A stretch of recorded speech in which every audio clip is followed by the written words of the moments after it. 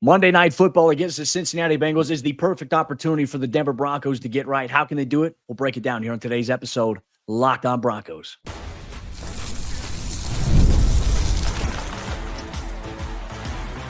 You are Locked On Broncos, your daily Denver Broncos podcast. Part of the Locked On Podcast Network, your team every day. What's up, Broncos Country? Welcome to a brand new episode, Locked On Broncos, your daily Denver Broncos podcast, part of the Locked On Podcast Network, where you know it's your team every day. Thanks to all the everydayers out there. Thanks for tuning in, making us your first listen, however you choose to do so. I'm Cody Roark, Broncos reporter for Mile High Sports, joined as always by Sayre Bedinger, site expert over there, predominantlyorange.com. And here's what you're going to get on today's episode of the show. We're going to take a little bit of an early scouting report preview here of Denver's Monday Night Football matchup against the Cincinnati Bengals. And we're going to take a look at why the Broncos defense, they must send heat and pressure after Jake Browning left and right on Monday Night Football. We'll also go through why the offense, they need to treat this game as a get-right game for them against the Bengals defense. And then we'll talk about how the Broncos can finish the month of September strong after starting off 1-2, plus some matchups with some familiar faces that used to be members of Broncos Country. You get all on today's episode of the show, brought to you by our friends over there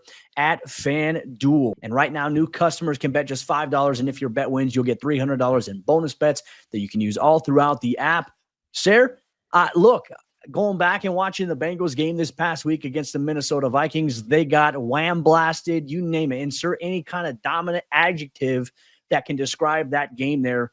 The ugliest loss, I would say, in maybe Cincinnati Bengals history. And granted, there was no Joe Burrow. There are a lot of things I was looking at during that game, and I was thinking, wow, the Broncos, they need to replicate some of the stuff that Brian Flores and that Vikings defense was sending after that offense there. And the number one thing here, they must send the house after Jake Browning and make his life a little bit miserable. Absolutely, Cody. A little spoiler for our crossover Thursday, but yes, it was the worst loss in Bengals history, which is kind of crazy to think about that franchise obviously hasn't been great forever. They've had a lot of struggles. They've had the number one pick multiple times in my lifetime. I know that for a fact. So they've had some really bad teams and some really bad seasons, and to get blown out the way that they did, well, it's kind of one of those situations like everything that can go wrong will go wrong and did go wrong. And you almost kind of wish that would happen for the Denver Broncos. You're almost kind of annoyed that it happened for the Vikings instead of on Monday Night Football, because now the Bengals have a chance to go back, refocus, reload, kind of get a new mindset and mentality and play with a little bit of a chip on their shoulder. But in my opinion here, Cody, midfield has to be treated like the end zone for the Denver Broncos defense in this game against the Cincinnati Bengals. I mean, if they're crossing midfield, this has to be, you got to treat this like you did the Chiefs game at the end of last season, the Saints game last season where they were breaking in Spencer Rattler. I know that Jake Browning has played quite a bit more than a guy like Rattler. I know that necessarily the Bengals are not hurt. They're not benching all their starters, things like that. So circumstances are different than those two games, obviously.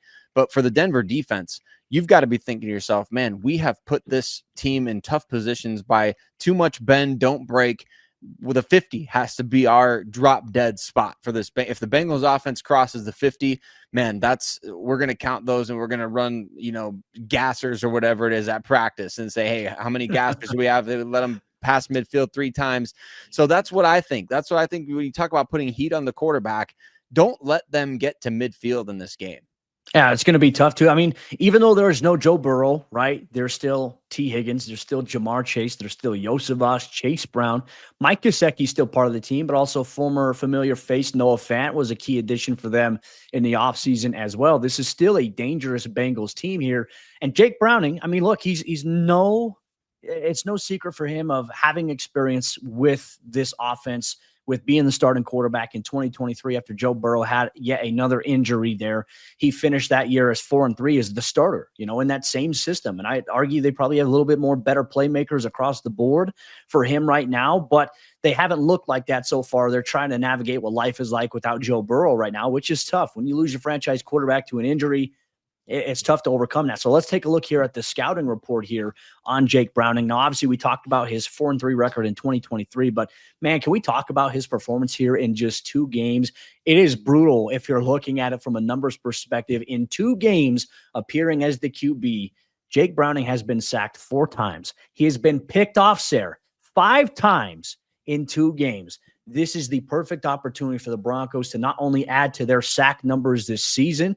I think if they were able to get after Justin Herbert and sack him 5 times, imagine what they can do to this Cincinnati Bengals team and a guy like Jake Browning. But at the same time, you speed up that clock a little bit, more opportunities for takeaways. If it wasn't for Riley Moss tipping that pick to Brandon Jones, the Broncos could have lost that game on Sunday pretty bad. Yeah, and I think when you're looking at a situation like this, if you're Jake Browning, you might be thinking to yourself, hey, I've thrown 5 interceptions in less than 7 quarters or about 7 quarters of action here. I mean, I might be willing to take a few more sacks in this game so that I'm not throwing the ball into harm's way. And so the Broncos can use that to their advantage to say, hey, we know that he's throwing the ball up and putting it in bad spots. He might eat that ball. He might sit on it a little bit more in this game to eliminate those turnovers. I know sacks oftentimes they're not a turnover, but eventually you can turn that field position battle into something that's very much in your favor in a game like this, where if you're pinning the Bengals deep consistently, you're giving Jake Browning long fields to work with consistently, man, that works very much into your favor as a defense. And how much more important is it going to be now for the offense to get off to a hot start, Cody? Because if they can get a quick 2-score lead in this game, you force the Bengals to have to throw the ball. You force Jake Browning to have to drop back. You force them to have to kind of play at your pace. And that's when your pass rush can really tee off. Or do you think Jake Browning's going to look PS2's way? Probably not much this week, but I still imagine PS2 versus Jamar Chase is going to be the primetime matchup that we'll focus on a little bit later on as the week progresses here. Let's go through who their leading rusher is. Chase Brown, who, is a springy, explosive guy, had a couple of big plays against Denver last year. He's their leading rusher, but he hasn't had the success that he's necessarily wanted so far this season. 43 carries this year so far, only 93 yards. That's not very good rushing efficiency there. You talk about leading receivers. Obviously, Jamar Chase is leading the pack right there. 21 catches for 241 yards, 1 touchdown. But of his 21 catches, 12 of them are chain movers for a first down, followed by T. Higgins with 7 catches for 104. And surprisingly, former Bronco Noah Fant, the third leading receiver, with 12 catches for 80 yards on 14 targets. But this week he is going through concussion protocol.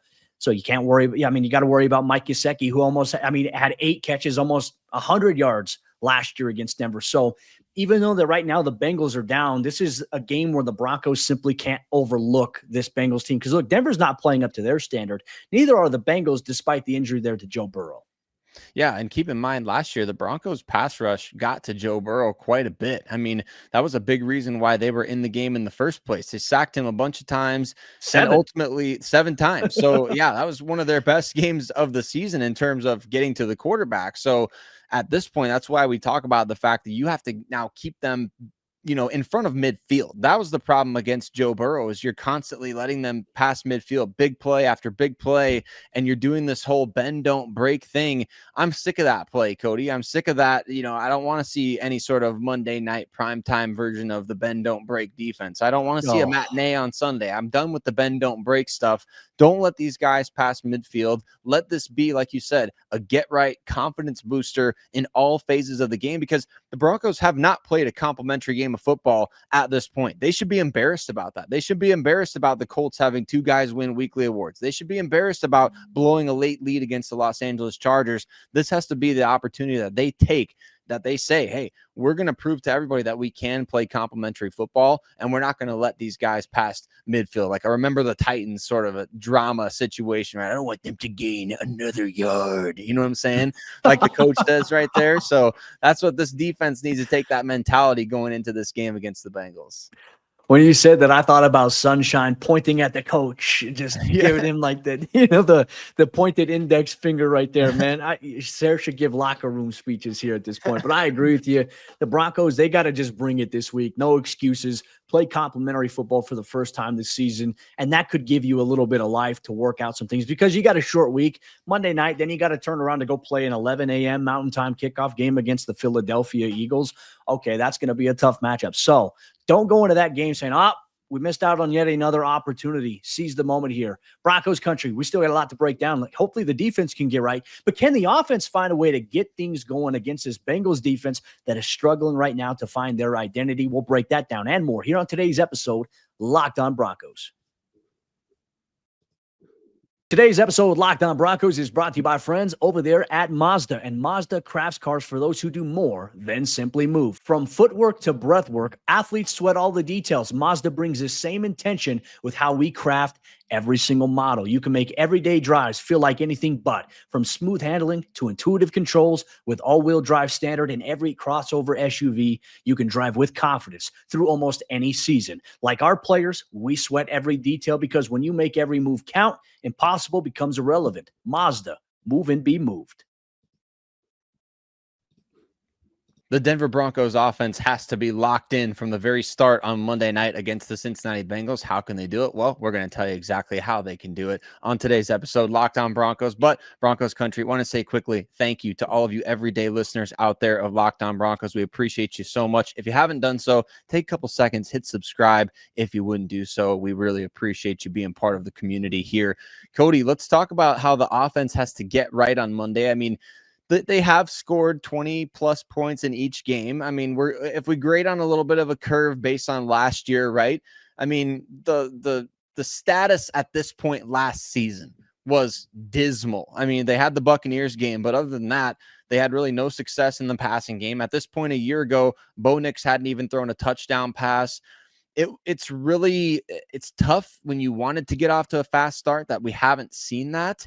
But I think that there's been a little bit more meat on the bone there, or meat that the Broncos have been able to take off the bone compared to last season. But you don't necessarily want to grade off that curve. You want to be showing that progress immediately, and that's what they have to do against the Bengals. Yeah, and this is the game to do it, not to overlook the Bengals in any way, shape, or form. This is the National Football League. You are always going to get everybody's best. If that weren't the case, we wouldn't have expected the Browns to beat the Green Bay Packers, who the Packers through the first couple of weeks looked like Super Bowl contenders, legitimate ones, and then they play down to obviously the Browns. We know the Browns have a really good defense, but the Broncos offensively have not lived up to the potential in which we know that they can, right? I think they have the pieces around them. I do think they have the quarterback here in Bo Nix that can get them to where they want to be, but it hasn't all formulated here. And once again, the run game has been a huge issue, I think, early on here. Look, and you know, I've had some people tell me, you know, the Broncos run game is getting there. It's really hasn't been at this point, Sarah. We're talking about an anomaly. Like RJ Harvey's 50-yard run was a fantastic play that he had, obviously, in week one. JK had a 19-yard touchdown run in that same exact game. And then you have this JK Dobbins run this past week against the Chargers. Aside from that, Sarah, the Broncos run game has kind of been non-existent. I mean, we go back to week one, they were averaging 3.3 yards per carry collectively as an offense before RJ's 50-yard run that he had there. So the numbers skew that a little bit. They have to find a way to get it going here. And obviously, thanks to our friends over there at True Media, when we look at this scouting report here, this is, I think, a week where the Broncos need to figure out how to get the run game going. And maybe Jaleel McLaughlin can get into the mix a little bit this week after Tyler Bidet only played 2 offensive snaps last week. But last year against the Bengals, Jaleel, he broke off some runs. Granted, that was against Lou Anarumo's coach defense. But right now, this Bengals defense is still just as bad as they were last year. They're allowing 119 yards on the ground, Sarah. And I think for me, looking at this matchup, if I'm Sean Payton, we need to just say, you know what? Okay, if we come out there on the first play and it's 1st and 10, we run, and let's say when they get 2 yards, we need to stick with the run again. What did he tell us a couple weeks ago? He said the plan against the Colts was to come out and run it 3 straight times to get a first down. He said, luckily, we got a first down on our first rushing carry there. That needs to be the mentality and the attitude this week against this Bengals defense. Yeah, it does, because you want to impose your will at the line of scrimmage. You want to dictate this game from the very start, just like they did last year against the New Orleans Saints, where, I mean, you built in a little bit of margin for error for your quarterback in those instances when you're able to dominate on the ground, when you're able to gain chunk after chunk. And so, yeah, let's ride J.K. Dobbins in this game. Let's see, like you and I have called for, let's see more R.J. Harvey, right? I mean, as much as we want that spark to come from anywhere, could be Jaleel, could be Tyler Bidet, I'd like to see it be R.J. Harvey. I want to see him go out there, let's give him 10 carries or something in this game and see what he can do with the additional, I guess, sort of workload, and just put that on him. Say, put the pressure on these young guys that you decided were the ones that you wanted to build around, and give the targets to Troy Franklin again. I don't know why wasn't he targeted, Cody, in week 3? I don't understand it. So there's really no rhyme or reason at this point to why things are happening the way that they are, other than the fact that the Broncos don't have the amount of plays that they would need to get everybody involved. That's the only right now that conclusion that you can draw, is that there's just not enough plays to spread the ball around like we want to do. So you've got to play discipline in this game first and foremost. Before even you think about imposing your will at the line of scrimmage, you've got to come into this game saying we're going to play a clean game. We're not going to get overheated. We're not going to be the one to make the mistake. We're going to force the other team to make mistakes, and we're going to play clean football all the way through. And that's what's going to be the thing that gets this team to the next level offensively, is not having stupid boneheaded penalties that back you up after you get to the 7-yard line on a great fourth down conversion, or not having bad penalties when you have a first down run to the outside, a drive starter, something that gets you going. Like, it's just so frustrating that this team is doing this to themselves. They've got to get out of their own way before they can start pushing people out of the way. Yeah, no, I agree with you as well. And one thing that worked for the Minnesota Vikings last week, they obviously controlled. I mean, I wouldn't say it was a dominant time of possession. There was 1 minute of difference between, but you talk about efficiency in the run game. It was there for the Vikings in a 48-10 lopsided victory. You'd almost look at the time of possession between the two teams and you'd say, wow, like this should have been a closer game. No, not really. I mean, they allowed over $163 on the ground. The dynamic too as well with this is, okay, where can the Broncos attack some of these matchups? I think the C gap, I think even some outside runs this week are where you can get some things going. I love some of the creativity that we saw. I mean, even on that touchdown play that Sean Payton dialed up from Bo Nix to Cortland Sutton on 4th and 2, you know what they did? They put Nate Adkins at left tackle, and they moved Garrett Bowles offset to the right side. Why not do that if you want to run? And I understand like doing that gives a tendency. They may overcommit and cheat to that. But I liked what we saw from the Broncos run game when they were actually pulling guys more against the Colts. We didn't see too much of that this week against the Chargers in that front that they played defensively. So I think that is something to keep an eye on when we talk about maybe a scouting report as well, as we continue to look at what the Broncos offense needs to do to attack the Cincinnati defense here. I mean, I think big explosive plays can be a factor here. They struggle with stopping the run, but they allow explosives as well. 359.7 yards per game allowed by the Bengals defensively so far through the first 3 weeks of the season. I'm sure if you look at the Broncos in comparison for the last couple of weeks, it probably doesn't measure up well there. But here's where I think the Broncos, if they can find themselves in a better position on first down and second down, and let's say they face favorable third down situations. According to True Media, the Cincinnati Bengals are allowing teams to convert on 46.3% of their third down attempts.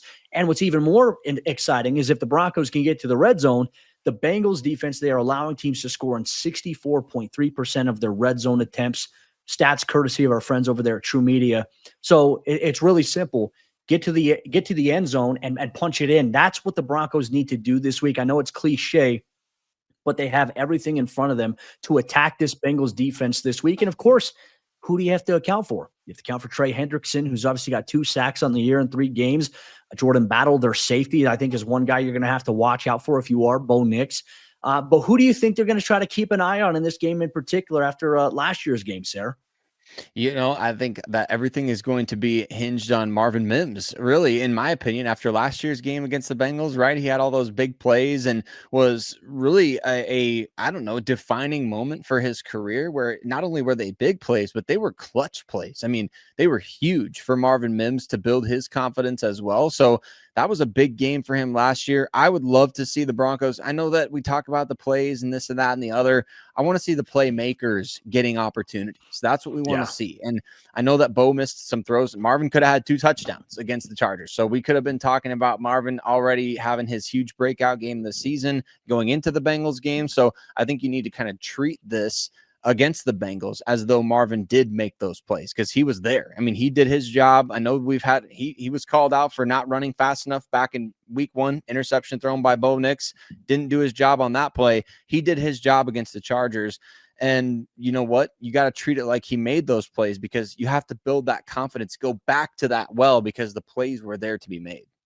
Yeah, I mean, once again, the distribution offensively has been too focused on, week to week, one player getting the larger volume share of the overall target snaps and yards.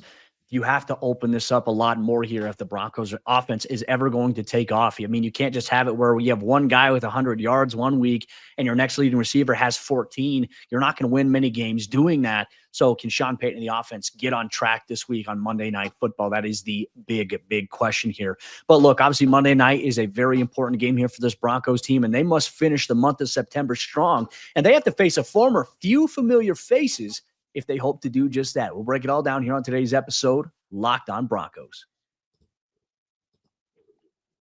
Today's episode, Locked On Broncos, is brought to you by our friends over there at FanDuel, America's #1 sportsbook. And look, Broncos Country, your team plays on Monday Night Football this week, and FanDuel wants to make sure that you're ready for kickoff with a can't-miss offer, because right now, new customers can bet just $5, and if your bet wins, you'll get $300 in bonus bets that you can use all throughout the app. And when it comes to Monday Night Football, the Broncos, they open up this week as 7.5-point home favorites, which means that they should take care of business against this Bengals team. If you think the Broncos are going to win outright, you can put that $5 on the money line, and if you win, you'll get $300 in bonus bets that you can use all throughout the rest of the app, where you can make picks on a week-to-week basis all across the NFL inside of the FanDuel app. So are you ready to play? Download the FanDuel app right now by visiting FanDuel.com to get started. That's FanDuel.com to place your first $5 bet. We're in the fourth quarter of today's episode, Locked On Broncos, and Denver might see a few familiar faces. There's some interesting storylines to keep an eye on as the Broncos hope to finish strong in the month of September. Thank you once again to all the everydayers out there on Broncos Country. Thanks for tuning in, making us your first listen, however you choose to do so. Sayre and I, we appreciate you so much here for all that you do to make Locked On Broncos the best Broncos podcast that is out there. We got you covered every day, all year long. Sayre, September is obviously going to be a month that we even talked about before it even came. Like in August, we said the Broncos, they must start fast here in September. That has not been the case. They had to find a way to obviously, I think, finish it strong and then go into October and take care of business there, because the months of meaningful football coming up, it's paramount. And look, Denver could have gotten off to a hot start in September. That would have been great, but you have to sustain that throughout the season. Now you kind of find yourselves in a position at 1-2 where your back's against the wall a little bit. You haven't lived up to the expectations that certainly Sean Payton has painted, the national media and ourselves too, in talking about the team. So now this team is going to have to find a way to get back on track. I find it very, very important that they take care of business on Monday night. A third straight loss in general would be detrimental, but a third AFC loss already at this point in the season gives you no margin for error late in the year. We know that it's early in the year. We know that a lot can happen as the season goes along, but yeah, this is when you talk about must-win games, I guess after seeing the quote on Sunday, Cody, I hope Alex Singleton's rallying the troops here for a must-win game for the Denver Broncos, because this is a must-win game. They have to win. They just do. There's no question. You can't have a third AFC loss already. You cannot lose at home under the lights against a backup quarterback. I don't care how many games Browning has played. I don't care who's still healthy besides him for the Cincinnati Bengals. This is a game that you absolutely have to win, or else there should be some serious questions about how hot Sean Payton's seat is, Cody. I know that's knee-jerk reaction. I'll still have all my teeth after this show is done because my knee's not going to hit my face that hard. But look, I do think that if you lose to the Bengals on Monday Night Football with their backup quarterback in the game after they just suffered the worst loss in franchise history, you have to take a serious look in the mirror. You're going to have to still play out the rest of the games this season. But I think at that point, you start to question, do we have the right leadership in place? Do we have the right this? Do we have the right that? This is a game that you have to go out there and absolutely be the better team. What do good teams do when their backs are against the wall? They find a way to win. And I think you got to win pretty in this one too, because ultimately how you win this game, how you perform in this game against a backup quarterback is going to be indicative of exactly how this team responds under adversity. Well, even that too. I mean, could that pressure essentially, or could that perennial hot seat essentially be Sean giving up play calling responsibilities, right? We see it all the time. We get it in our comments. We get it in emails. We get it in social media posts from fans that he should hand it off to Davis Webb. And look, I would say, like, I don't think there'll ever be a situation in the near future where Broncos ownership ever is like, we're going to move on from Sean. I don't think that'll be the case, but we just saw Brian Callahan pass up play calling responsibilities, to maybe kind of save his job. Not saying that Sean would save his job, but I don't know if Sean could ever relinquish that type of control, right? Just being around him. He's a great play caller, can scheme some things up, but I think there are some valid questions as to, okay, is he continuing to adapt with the game? It wouldn't necessarily hurt. I'm not going to call for that right now, but I think that there is some interesting points there. Let's say the offense is struggling against the Bengals and the Broncos lose on Monday night.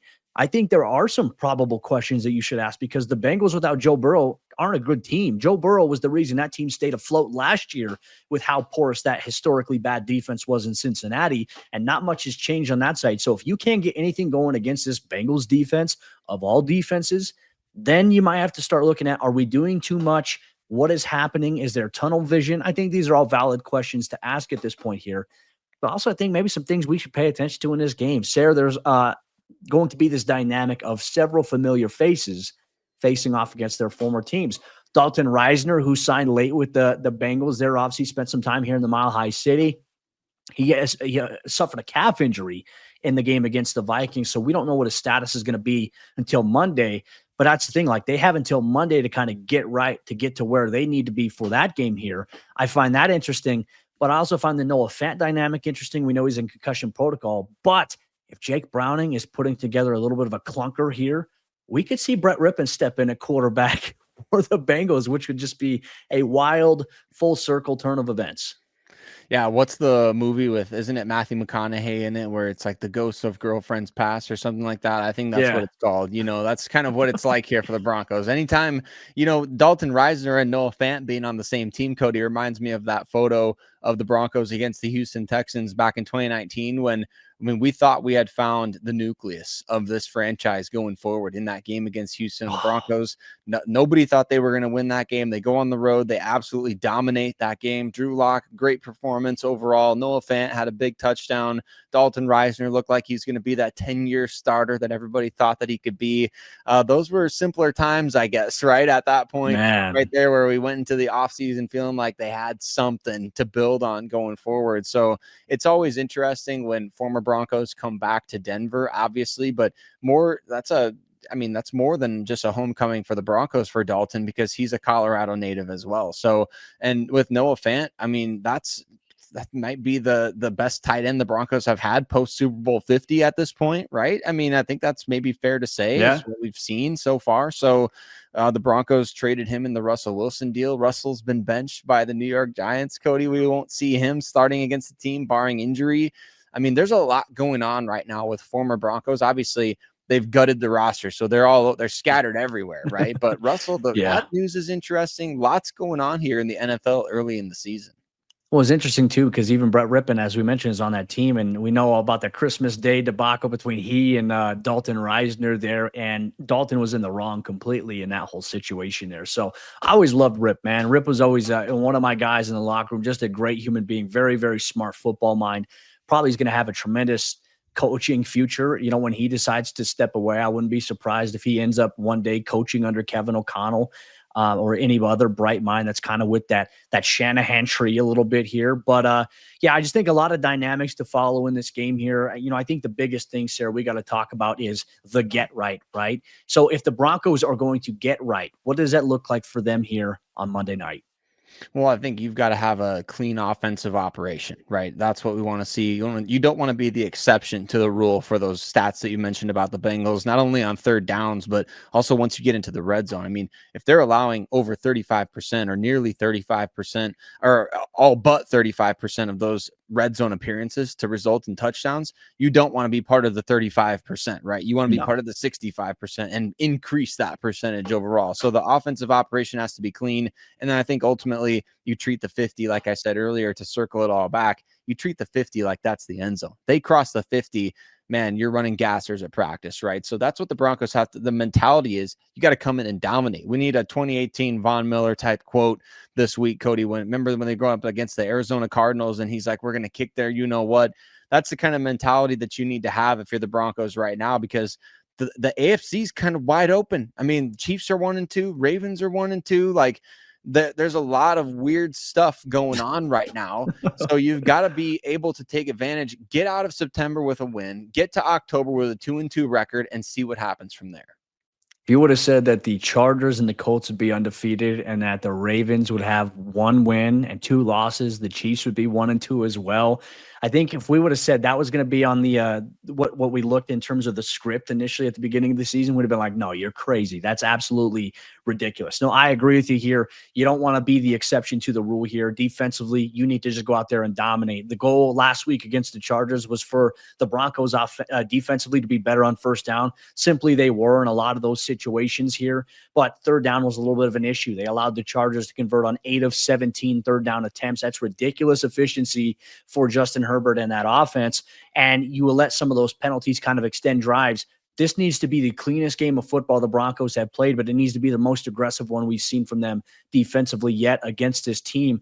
Jake Browning, doesn't matter. Joe Burrow, let it go. Send the heat after him and make it one of those games where it's like, hey, you can't stop us. We're coming after you. There's nothing you can do to stop it. I want to see that. The Broncos get right if they can do that on Monday Night Football. Broncos Country, we want to hear from you as well. What do the Broncos need to do on Monday in order to get right against the Cincinnati Bengals in a primetime game where we don't know the uniforms yet, but there's a rumor about a potential white helmet and blue jersey making its debut in this game specifically. We're excited for that. Broncos Country, make sure you stay locked in all week long. Tomorrow's episode of the show, Sayre sits down with Locked On Bengals for Crossover Thursday, and they preview everything that you need to know about this game, the biggest story, the matchups that will define the game, and ultimately what the Broncos need to do to win at home in a primetime game against an AFC conference opponent. You'll get that on tomorrow's episode, Locked On Broncos. Broncos Country, we'll see you then.